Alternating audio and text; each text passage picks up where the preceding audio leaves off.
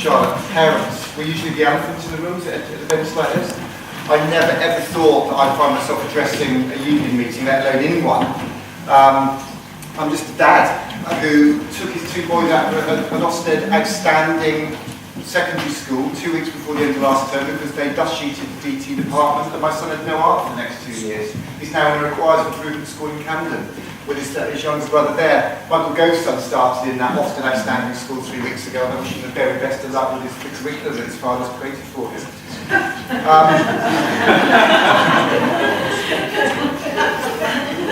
The EBAC is killing creativity in schools. It runs the risk of killing creativity in society. And, I'm sorry, but education. Economy. It's the economy stupid.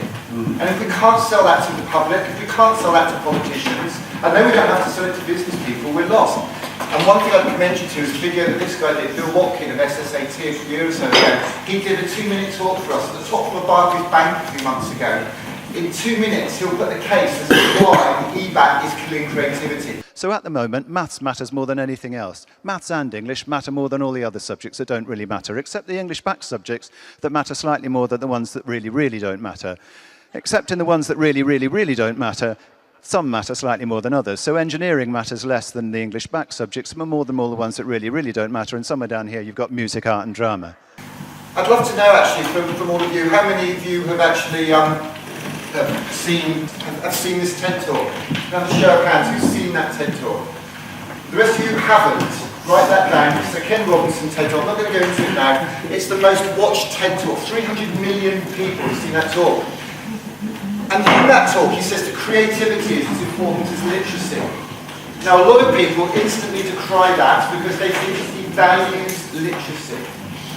Nobody's devaluing literacy. Literacy's up there. What we've got to do is bring creativity up there as well. And that's the case that we're trying to argue here. How many of you have seen this video? This is very hot at the moment. Charlotte there talked about communication, giving parents what they need to know at the school gate. This is a mass media world. We have to engage media, we have to engage marketing and advertising. Very simple, powerful messages, because as parents, I'm not going to come to meetings like this, but I'll sit down on Facebook, they'll look on NetMum's websites, they'll look on Mumsnet websites. This is Media City, you've got Media City in Salford, and you've got people here who can create films like this. Albert Einstein once said, everybody's a genius. But if you judge a fish by its ability to climb a tree, it will live its whole life believing that it is stupid. Ladies and gentlemen of the jury, today on trial we have modern day schooling. Glad you could come. Not only does he make fish climb trees, but also makes them climb down and do a 10-mile run. Tell me, school, are you proud of the things you've done? Turning millions of people into robots, do you find that fun? Do you realize how many kids relate to that fish? Swimming upstream in class, never finding their gifts, thinking they are stupid, believing they are useless? Well, the time has come, no more excuses. I call school to the stand and accuse him of killing creativity, individuality, and being intellectually abusive. He's an ancient institution that has outlived his usage. So, Your Honor, this concludes my opening statement, and if I may present the evidence of my case, I will prove it. Proceed. I think that's going to connect with people, don't you? You want to see the rest of that. That video went on YouTube and Facebook a week ago, and it's so far had 136 million views. Some of those would have been parents. Some of those would have been business people. The saddest thing is that a lot of those people were children, realising what the system is doing to them. I'm actually quite depressed about the thought of going to school. So that's the downside of that, I suppose. Creativity fuels our economy. I was at an event a few weeks ago with Matt Hancock, the Minister for Digital Economy, the Creative Industries Federation. He stood up there and said that the creative industries represent £80 billion worth of GDP. We promote this country to the world with slogans like creativity is Great Britain.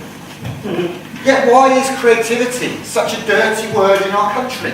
A report from the Creative Industries Federation. Why is the EBAC killing creativity? Theresa May here talking about the importance of life sciences, creativity, the creative industries. They're saying this. So why the disconnect between education and Nick Gibb and the work that department is doing?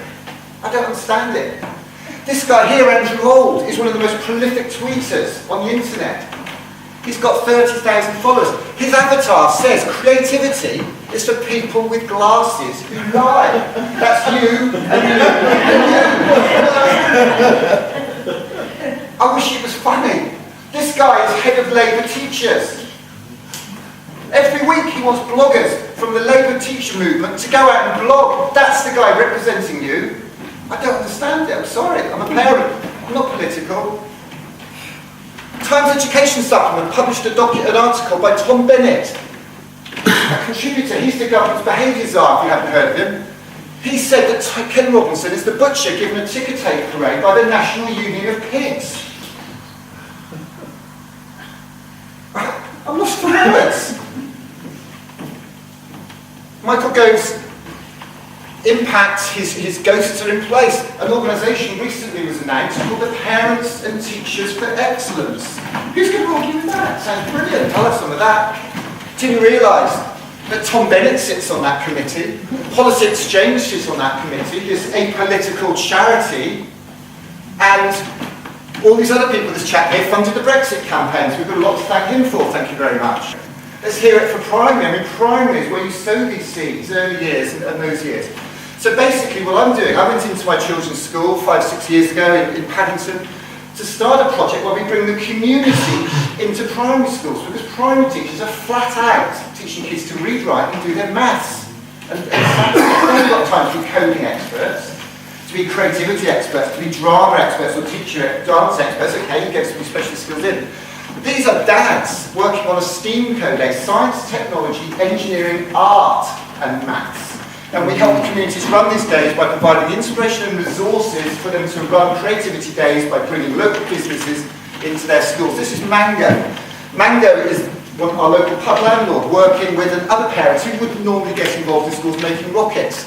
And we're rolling this out across the UK. The CEO of Barclays did a talk for us. Dem Sisse, the Chancellor of Manchester University, has done talks for us.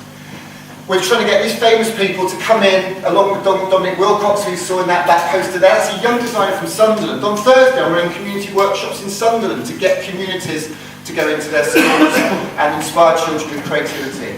One of the most touching moments of this project for me in the last 6 years was when this mother came up to me to thank me because she didn't know her little daughter had this creativity in her.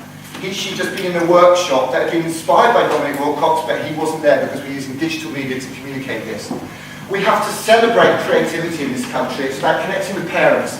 I saw this window sticker in France this summer, I love art. We need to get creativity out of this silo, this echo chamber called education. We need to connect with people in business. We need to connect with the creative industries, people like the bands and all the creativity up here and down there, to celebrate creativity. Art is what we call it when what we do might connect us. We need to engage, we need to connect, we need to tell this great story that I've heard this morning. Thank you so much for letting me share that with you.